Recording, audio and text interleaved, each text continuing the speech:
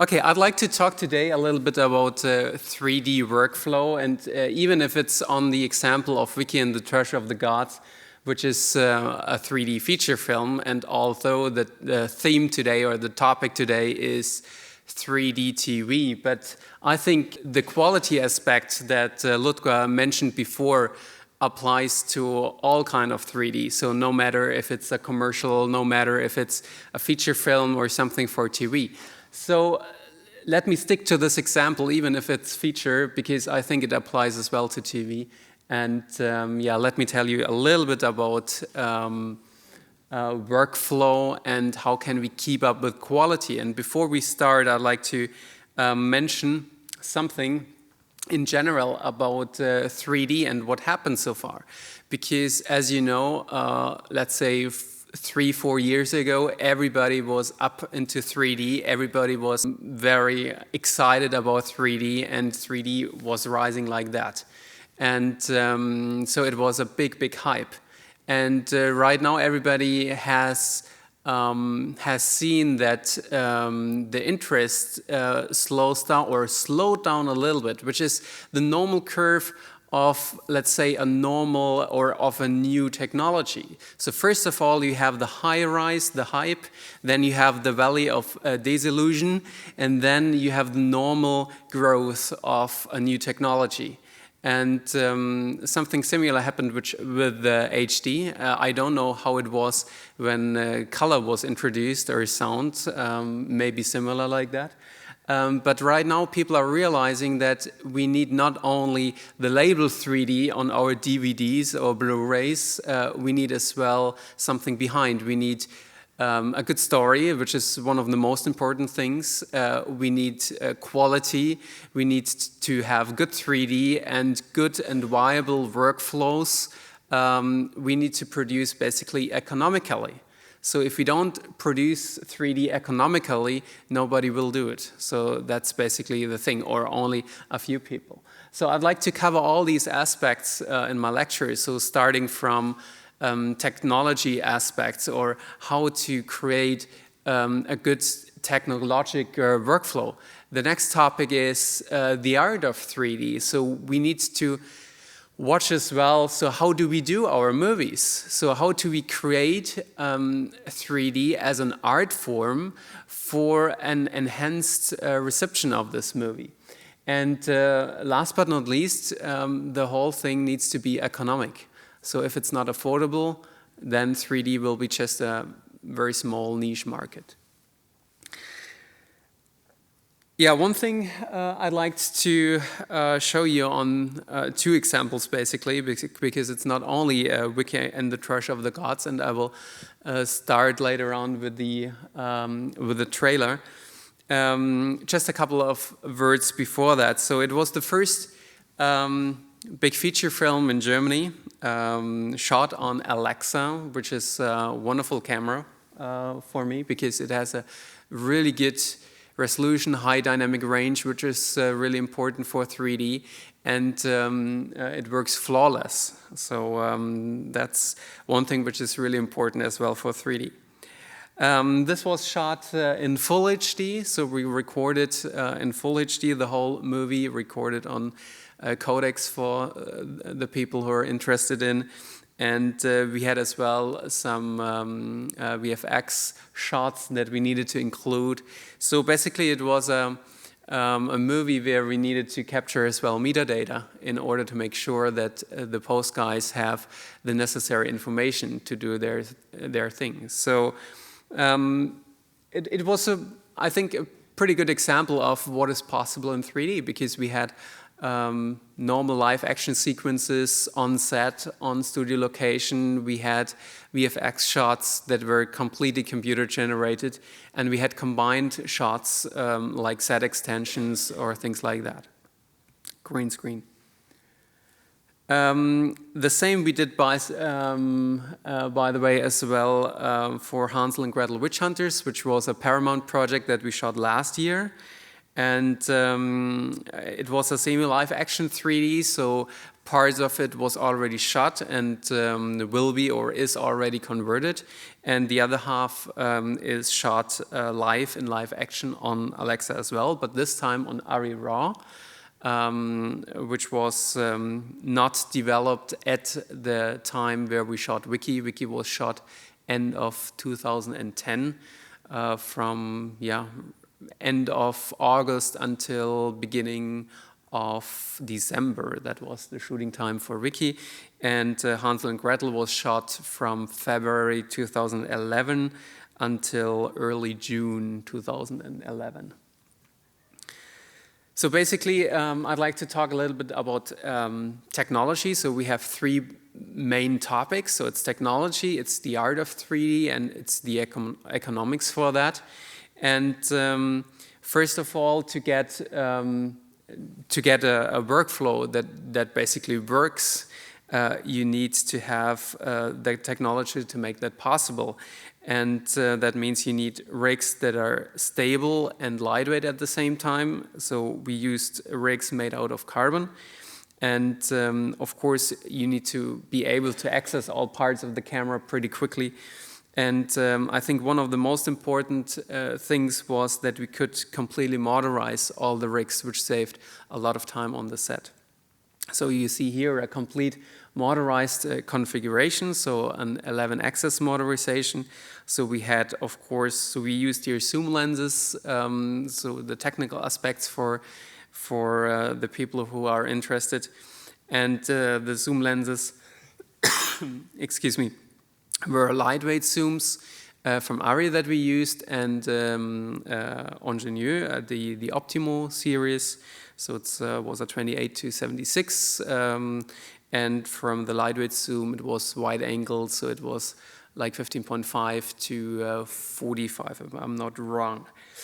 So we had focus, iris, and zoom linked together and motorized, and we motorized as well tilt, roll, and height, and interaxial and convergence. So we had all stereo parameters motorized, which is pretty practical if you're on a crane, because then you don't need to ask for the crane to come down to set up a monitor there, do the calibration. That would take too much time. So something which is really important was that we could remote control all these things. And as you can see here, we had 2 rigs at a time at the set. So we had an A rig and an B rig.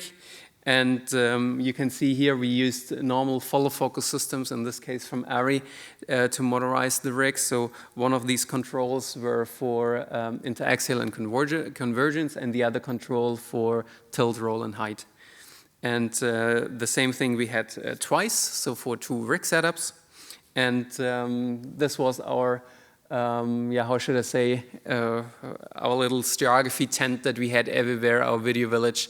For the German people here, that was our Stüberl, how Christian Rhein, our DOP, said all the time, the Stereo-Stüberl. I cannot translate this, I'm sorry. And since 2010, a lot of things happened in the meantime. So right now we're working as well with a stereo image processor for automatic alignment, which is very good as well for broadcast. And we had as well a 3D video assist. That means you could record all the data on this video assist, and you had the possibility to replay, to watch again the shot, to compare it maybe with the shot that you had before. You have a kind of library, you know, where you could check the shots that you already did maybe 2 weeks before. And maybe this was the shot that comes right before the one that is actually shot, actually being shot. So that was pretty practical. And as I said, we, for the technically interested people, we were recording on codecs and in, of course, 444. And this was, yeah, I won't tell too much technical details. Maybe for the, because I'm just interested, how many people are there that are more interested in the technical side? So please raise your hand for the technical. Okay, and in the creative side? all the other, of course. So I would say it's like 50-50. So I try to mention both, like the creative aspects and the technical aspects. And afterwards, you can ask me questions. So anything that I haven't told you, you can ask me, and maybe I can answer. Let's see.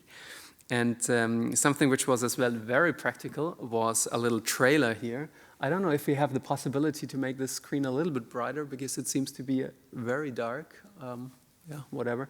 Yeah, this was an on-set trailer. That means we had the possibility to screen our footage every day or every night, depending on when we were shooting. Because at Malta, for example, we had as well a lot of night sequences that we shot 3 weeks.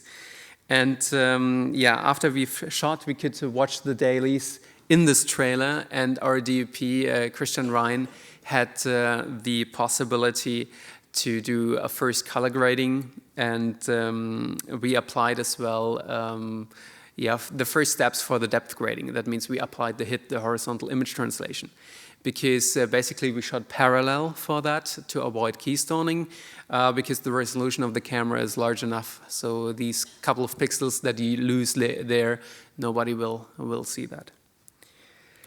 The other thing which was very practical from a as well time aspect, and as well from the creative side, so we're touching now as well the creative side, is that we used a lot of time the crane.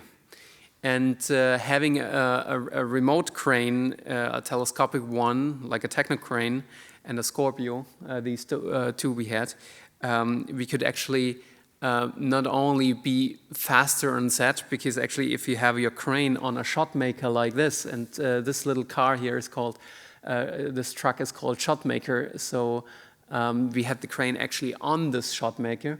So the good thing was that we could very easily change the position of the 3D rig without the need of running tracks for a dolly or something. So that helped us as well to speed up the workflow immensely. And the other thing was that, of course, with the complete motorization, you basically don't need to touch the rig, so you do everything from your 3D tent. So this was as well the reason why everybody had a nice skin color after the shoot, and the only guy who was absolutely white was the stereographer, so was me, of course. So you can tell who was the stereographer, the one that always sits in a tent. Yeah, so basically with this crane, we could do as well fascinating shots, because one thing, and now that's the creative side, which is different from 2D and which creates a very nice motion parallax. So that means you see the depth levels in different distances much better, is to have movement in your shots. And to have movement, you can either take a Steadicam, so we had as well a Steadicam, or the crane. And so we had the crane on all shooting days. So we had no shooting days without crane. That's not normal for a German production, because normally a crane is expensive, so nobody is going to pay for that. But actually this crane saved us in the end a lot of money because of being fast. And as you can maybe see here, yeah, I'm sorry that it's still the contrast a little bit too high. We had a crane here as well on a swimming platform. And with this swimming platform, we could get really nice shots from the lake where we were shooting, which was not somewhere in Scandinavia. It was actually in Bavaria at the Walchensee. And yeah, we were shooting there for approximately 2 weeks. By the way, the first day was really rainy. So instead of planned 7 shots, we made maybe 3, because most of the time we were waiting and we were literally sinking in the mud everywhere. So it was crazy. But then we went on pretty fast, so we had approximately like 15 shots a day. On Hansel and Gretel we were even faster. We had between 15 and 25 approximately, maybe sometimes more, which is a normal 2D workflow basically, or 2D speed, let's say, not workflow. Yeah, let's step now to the creative side. So one thing that I really like to mention, because a lot of people don't realize that, or don't want to realize, or just don't know, is it really makes sense to get the stereographer on board as early as possible. And that means not only 1 week before the shoot starts, which happened as well in the past. It means when you do, for example, your script or when you do your storyboard. So one example, I was just asked from a DOP to join at a 3D feature that is going to be computer animated.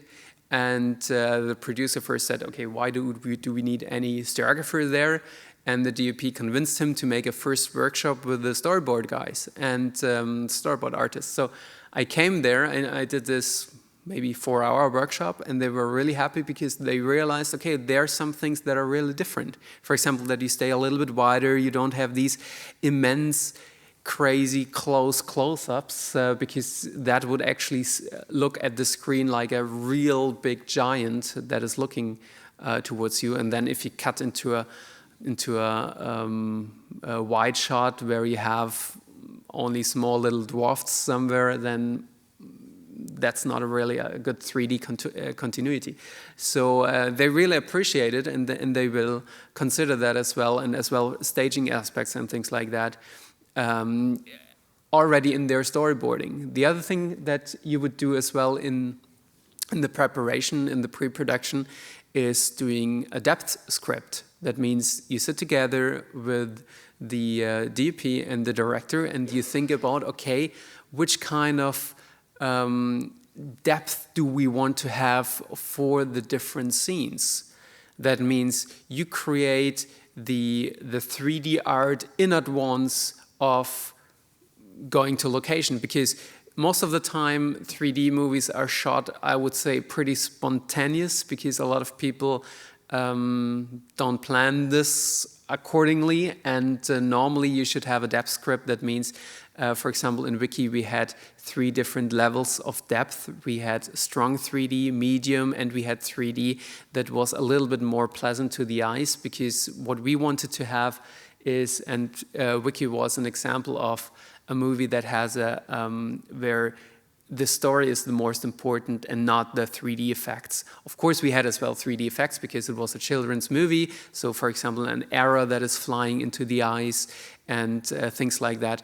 But the main aspect of making this movie was let the 3D support the story, let the 3D get the viewer into the story, being closer to the characters, things like that, or feel distances maybe between 2 characters when they talk, or feel the spaces, feel the room. And therefore we had different depth levels to do this, and as well to avoid eye strain, because as it was a children's movie, we really wanted to be sure that, and the first German 3D movie, and we wanted to be sure that nobody runs out of the theater and says, oh no, 3D is nothing for me, I just get eye strain. So that's what we basically did in the pre-production, and it makes as well sense to make tests from texture, for example, to make lighting tests, to make shutter speed tests. All these technical aspects are different for 3D, and this is why it was so necessary to start with the whole crew. That means as well with the stereographer in the preparation. So yeah, I don't know really how I should call this, but because main creative person, I just want to mention that it's so important to have the stereographer really as the third, let's call it main creative person. Everybody's creative on the set, so it's I don't know how to express it in another way, but there's the DOP, there's the director, or first the director, then the DOP, and there's as well the stereographer. Because if only the DOP and the director would decide about 3D aspects, the stereographer could do nothing. That means, for example, one thing which is different in 3D is that you would use wider lenses than on 2D. So for a DOP who shot many, or for 30 years 2D features, they are using telelenses most of the time for close-ups, and really long telelenses. So like 80 millimeter lenses and wide angle for them, you know. So, and this was basically what happened as well for Hansel and Gretel Witch Hunters with Michael Bonvillian, the DOP. So I was talking to him because originally he wanted to use these telelenses that he was used to from his really long experience from his long career. And I tried to convince him not to use these long lenses, to stay within the area, let's say, between 18 and 45 millimeter, which is much nicer for a 3D because it gets a nice roundness. So what happens if you use too much of a telelens? Then what happens is that the whole roundness is gone, more or less. So you're looking into a cardboard figure. So you have, I always say, a talking pancake, you know. So it has no, you don't see the nose anymore. You don't see here the cheeks and everything. So everything is just flat, and this it just doesn't look normal. So when we are sitting in the theater later on and we are watching talking pancakes, how I always used to say, people are actually being ripped out of the story because now they're seeing something strange that they are not used to from the daily life, you know, because you're wandering around and you don't see just flat cardboards. We all have a kind of roundness, one people more, the other less. No, I'm just kidding. And what we should really avoid on a movie where we want to track or get the viewers into the story is that we should avoid everything that looks not normal in a way, or that looks so strange that you're thinking about the strange effect and not about the story anymore. It's a different thing for, let's say, an art movie or something, or for an experimental movie. There you should try and you should do things like this and play with them. So I can encourage everybody. And one very good example, by the way, is a short film that we did with Alexei Popogrevsky from Russia, because he shot Blood Drop 3D, and this was a movie about a guy. He's sitting in his room and suddenly he watches a picture, and suddenly this picture gets depth. And he actually crawls into this picture, so he gets into this picture, and there's another room behind the picture, and he thinks everything has a kind of roundness and depth. And as soon as he touches objects like a chair or something, suddenly the chair is completely flat and falls like a cardboard stand to the ground. And playing in 3D with this kind of thing is great. So for me, this was shot by one of our choreographers, by Sarah Rotter. Playing with this kind of thing in 3D is really great because you can add this other dimension and you can actually play around with this other dimension. But again, on a feature film where we say, okay, we don't have a special dream or something where you could make a use of those, but if it's just, let's say, a normal feature film where you want to track the viewers into the action, I would pay attention to this kind of, or to everything that pulls the viewer out of the story, because we want to have him at the story. Yeah, here's as well, okay, it's so dark that you cannot even see the crane with the rig, so here imagine a crane with the rig.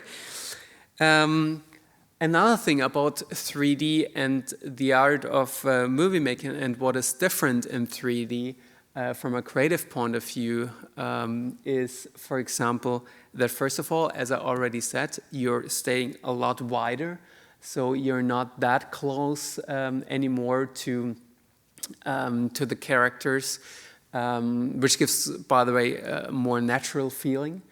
The other thing is that if you have a shot with an over-the-shoulder, for example, and you have shot, reverse shot, you would always have, like, the distances should be the same. So you shouldn't, it shouldn't be like this, that in one shot you have the over-the-shoulder and you see, for example, Wiki, and in the next shot you have the return shot, but Wiki is suddenly in front of the screen window and before he was behind.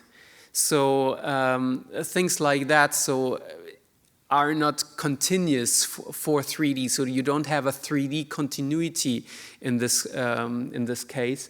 And this is something as well that is pretty, how should I say, unpleasant, or that interrupts your smooth 3D feeling. And what we tried as well in post was to have a kind of convergence leading. That means you lead the eyes over the edits, you know, so that means it gets like a smooth movie, and you don't have, for example, jump cuts where you have your main character, let's say, at the screen, and then you suddenly cut to something where the main character is way in front of the screen or something. So, because our eyes need always time.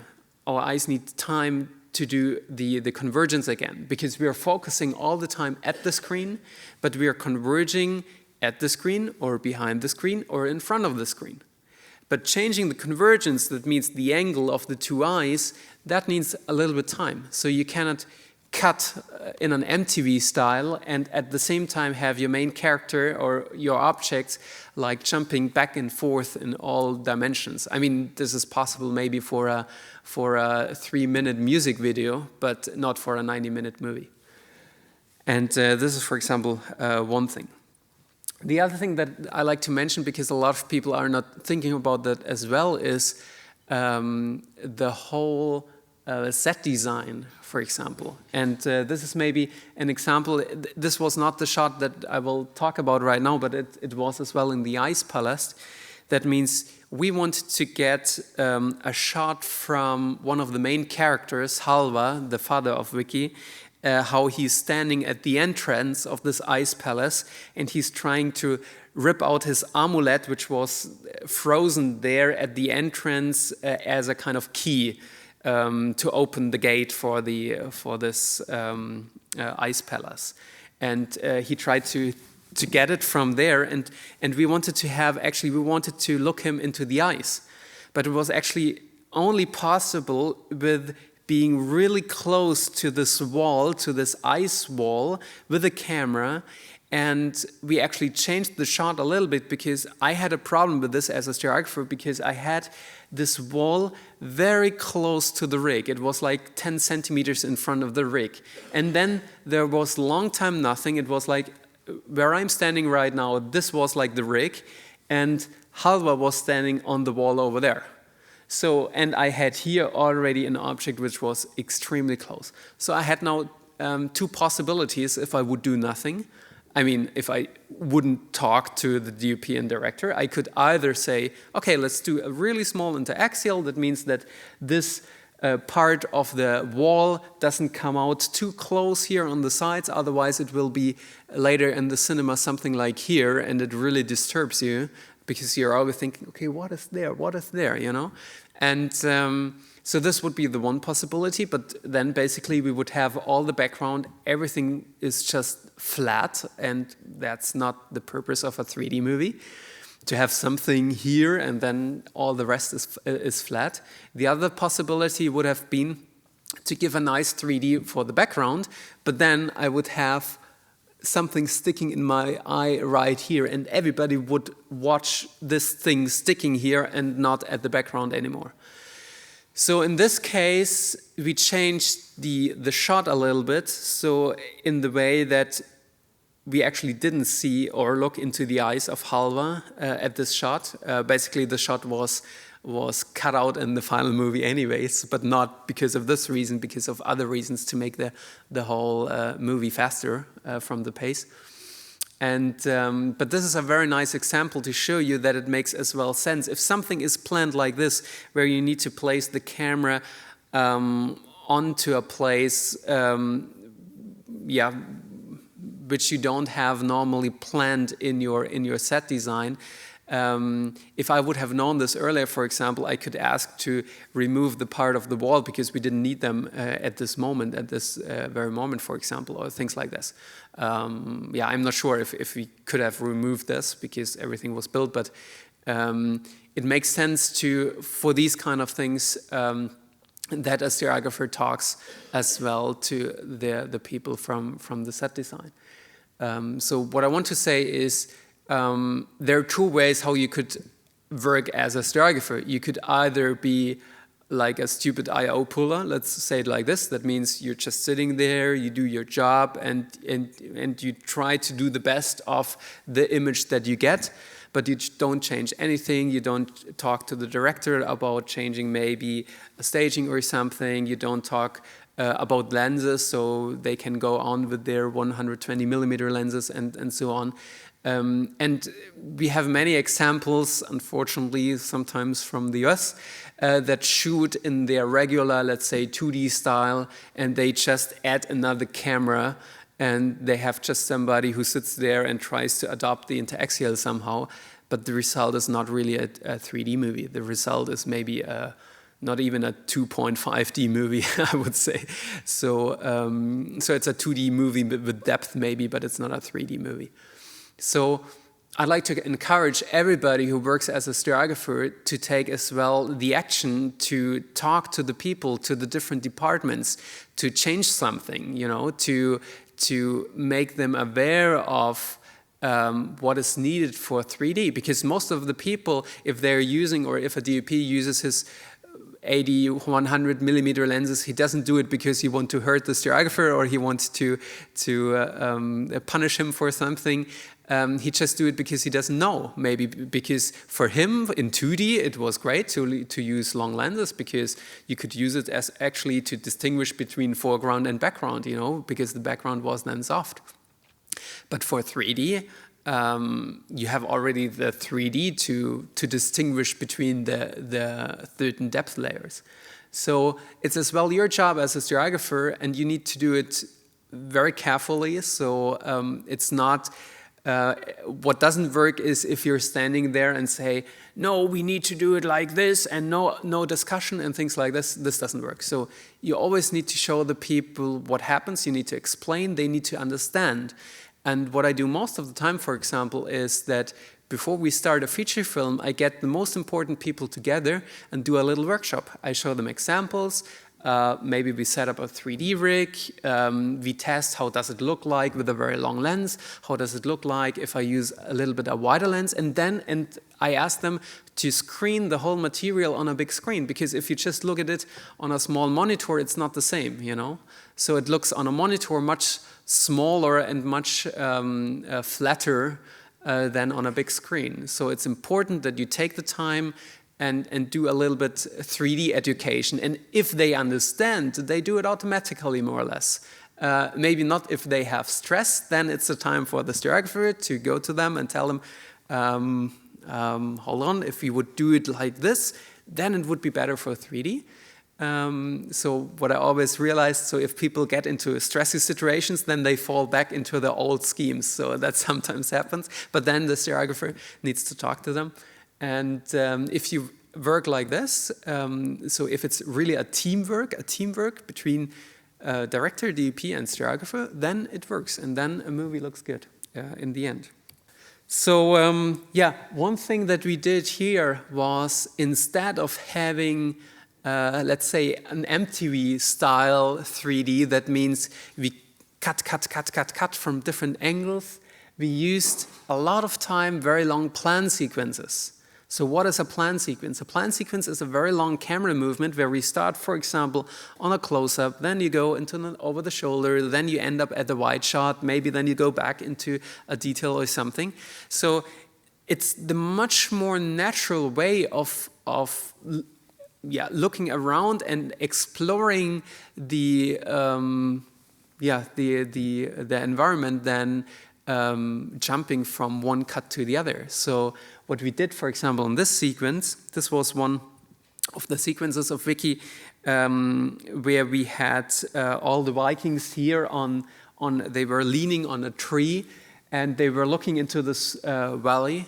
And originally it was planned to start with a shot down from the valley to these strong men, how they were called in the movie. And so to have like, let's say a medium wide shot maybe, then to jump closer into maybe a 2-shot between Wiki and his father, then to cut into an over the shoulder, maybe cut into a reverse shot, and then cut into a wide shot. So originally these were about 5, 6 shots were planned for getting the sequence. And what we actually did was we linked everything together to one sequence, to one plan sequence. So that means we started on a medium wide, we came closer to these men that were leaning over this wooden tree. We came into an over the shoulder with the father on the other side and the shoulder, excuse me, the shoulder of Vicky. Then we passed his shoulder, we passed his head, we had like the over shoulder from the other side, and we ended up again in a wide shot. And everybody who saw this was saying, wow, that looks really great. And the funny thing is, you would say now, maybe it just looks great in 3D, but not in 2D. But the thing is, it looks as well great in 2D. And so I just like to mention that even taking this or applying this kind of shooting style works as well in a 2D version of the movie, because at the moment still all 3D features run as well in 2D versions. So that means you need to consider that as well. And one of the best examples, I would say, that a 3D movie as well works, or the style of making a 3D movie works as well in 2D, is for me, and I was talking with Kristen Ryan, the DOP from Wiki, about this, is Harry Potter and the Prisoner of Azkaban, actually. If you have seen this movie, the style is having long tracking shots, staying longer, having pretty wide shots, you know, moving slowly. And by the way, Harry Potter was never a 3D movie, or was never meant to be 3D, so they applied this kind of shooting style for a 2D movie, and it worked brilliant, you know. So I just want to mention this because a lot of time people are asking, okay, but if you cut it slower and if you do this kind of plan sequences and you stay always a little bit wider, isn't that boring for 2D? But I would say no. And Kristen Ryan told, if you know what you're doing, so if you know how to do it, then it looks really good. So yeah. So again, and then I come to the third aspect, the economy. The most 3 important things are, of course, the technical flawless operation is the art of doing 3D. That means get all the people on board as a stereographer, make them want to do a 3D movie, because otherwise there are enough examples where some producer tells you, oh yeah, I'd like to do a 3D movie, or the studio said, we do now a 3D movie, but nobody actually wants to do a 3D movie. And then you come as a stereographer and set, and you're standing there and everybody is only annoyed of having a big camera rig somewhere. I mean, it's actually, even if the rig is small, you have at least 2 cameras there, and a lot of people are there out of their comfort zone because it's something new as well. And so the best way to cope with this situation is to get the people, make them excited about 3D, show them what good 3D is, and then if they're excited, then they will automatically do what is best for 3D. And only in this way it works. It doesn't work with pressure or with, okay, we do this now in this way. So that wouldn't work. Yeah, and the last thing that I really like to mention in general about everything which comes after the movie. So like, I don't want to talk technical about post-production, but I want to talk about screening the movie, for example, and a little bit the political aspect of that. Because when I watched Wiki in many different kind of cinemas, I noticed that we don't really have a standard in the kind of, most of the time projections or presentations are way too dark, so more or less low light, you know. So the standard for 2D is somewhere around 14 foot lambert from the brightness on the screen. With 3D sometimes you have a brightness, and this is not only due to the glasses, this is as well sometimes due to cinema owners running their light bulbs in economy mode to save some money or waiting for the replacement of the light bulb until the very last minute when the light bulb has only maybe 30% of the original brightness or something. And in 2D, it doesn't really matter because coming down from 14 to maybe 10, the movie still looks good. But in 3D, if you're reaching a level where you are, I would say normally you should aim for about at least 6-7 foot Lambert, the more the better for 3D. But sometimes you're ending up at 2.5, 3 foot Lambert, which is really dark. And the problem is actually that around 3 foot Lamberts, our receptors in our eyes switch from the color receptors to the black and white. And that means this desaturates the movie. That means as well we don't recognize so much patterns anymore. So I mean, or texture in the movie, which is necessary for seeing something in 3D. If you don't see any texture anymore, and this is now the best example, if that would be 3D now, and we wouldn't have any texture more in the ships, then we would just see them at screen level because we don't have any cue anymore that it's in front or behind the screen. Without any texture, you take the information, or the brain takes the information that it gets, and the information what it gets now is, okay, we have a screen, we can see it because here is where the screen ends, so we have actually a feeling for the distance. So the same, by the way, applies for just a blue sky. If I just have a blue sky, for example, in the background, then I don't have any 3D texture anymore. That means actually the blue sky seems to be at screen level, even if it's at infinity somewhere. So in this case, for example, it makes sense to have some clouds that are at infinity. But again, coming back to the light problem, so if it's very dark, then we have really a hard time, or the brain has really a hard time to recognize where the 3D image is and what it is. And as well, it will desaturate the whole image. That means your 3D experience is not going to be good. And one of the best examples, or one of the sad examples, I would say, is Patrick Palmer from former Iridas. He told me he was somewhere in Erding, close to Munich, in a cinema, and it was so dark that the small little girl in the row in front of him asked her mother, "Why is the whole movie playing at night?" And the movie wasn't playing at night, so this should be a sign of making it a little bit brighter. So this is the one thing, brightness. The other thing is floating windows.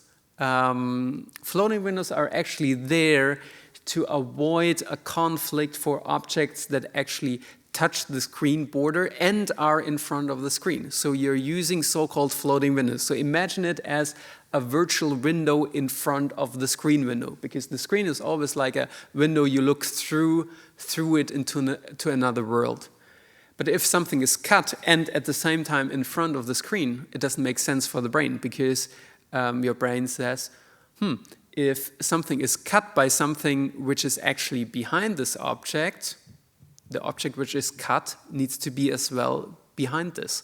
So, for example, if you look through a window and somebody is running in front of the window and you see only half of him, then you know, okay, he must be in front of the window. But if he's seen 3D-wise, I mean, in front means outside the window, but if he's seeing 3D-wise in the theater space, but he's cut by the screen frame, then we have two contradictions, because your 3D, or you receive this object in 3D in front of the screen from the stereoscopic cues, but from the stereopsis, but your monocular depth cue of occlusion, that means the screen frame occludes this object, tells you, no, it's behind the screen.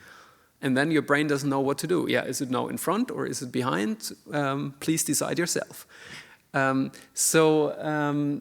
order to avoid this, we have the so-called floating windows. That means we create a virtual window in front of the real window. And what does this has to do now with theaters? Yeah, the problem is that, and I had this lately in a presentation where I was running Wiki in a movie in Hamburg. And yeah, luckily I was there like half an hour before, and I could talk to the projectionist because he said because his projector was so off-axis, he always needs to cut the sides. So that means he zooms in, he masks the sides. And he does it as a standard, and everywhere they do it. And I was always wondering, why the hell in no cinema, more or less, there were the floating windows there, or there were just half of it or something, you know? And so, in fact, it was because they had a little bit of keystoning from the projector, because he's never in axis. Sometimes the lens is distorting the image somehow, so they always cut the sides. And when I explained to him, okay, let's do the following: zoom a little bit out, don't or show the whole sides, even if the image is a little bit distorted, then it doesn't matter for 3D as long as you see the floating windows, because if you don't see them, then it's much more worse instead of having a little bit small distorted image on the sides, you know. And then I showed him this, and he said, "Oh, wow, yeah, really, you're right. That helps a lot. And if I would have known this, I would have shown all 3D movies like this." And from now on, he will show all 3D movies with floating windows, because he understood now. So what I want to say is, most of the time, I would say brightness is a money issue, you know, because of having enough bright projectors, they cost money. So, okay, but floating windows is just a thing that we need to communicate. So we need to sit together with the cinema owners and tell them what actually happens, and that it's not as bad if you just have a little bit, you know, maybe the edge is not completely sharp and parallel, maybe it's a little bit bended. That doesn't matter for 3D, as long as you see all the floating windows. So that means we need to go out there, we need to communicate this, and this is really important. So we're still at the beginning at the moment. So everybody who thinks, okay, 3D is already done more or less and everybody knows everything, no, it's not like this. So we're still at the very beginning, and maybe in 5 years all cinemas will show floating windows, I don't know. So, and the last political issue is prices. So the studios were thinking, oh, great, 3D, that's the way of money making. So let's ask for 4 or 5 years more for a 3D movie. And people in the beginning, it was something new, they were willing to pay that. But then, what were they seeing? They have seen a lot of really bad converted 3D movies. They have seen maybe badly shot live action 3D movies. And then they are thinking, okay, why should I pay now 4 or 5 years more for a 3D movie if the movie is not really an experience? For Avatar, everybody was willing to do this.